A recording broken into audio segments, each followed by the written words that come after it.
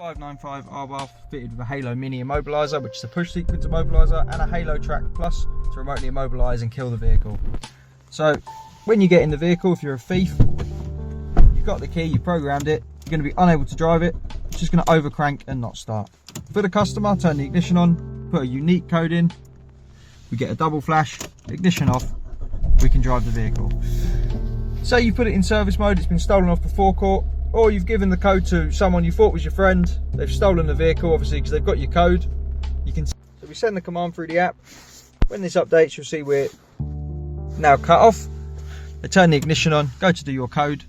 It's just simply not going to accept it, not going to get a flash. I'll show you again. And the vehicle's not going to start. No flash, not going to accept the code. They're totally locked out. The only way to be able to drive this again, go back into the app, recover the vehicle. So once you're there, you turn it back on, and only after that will it accept your code. So just pop the password in, press OK, command successful. Now we've sent that, you'll see the app update telling us that command has gone through. Updates, the vehicle is going to accept the code.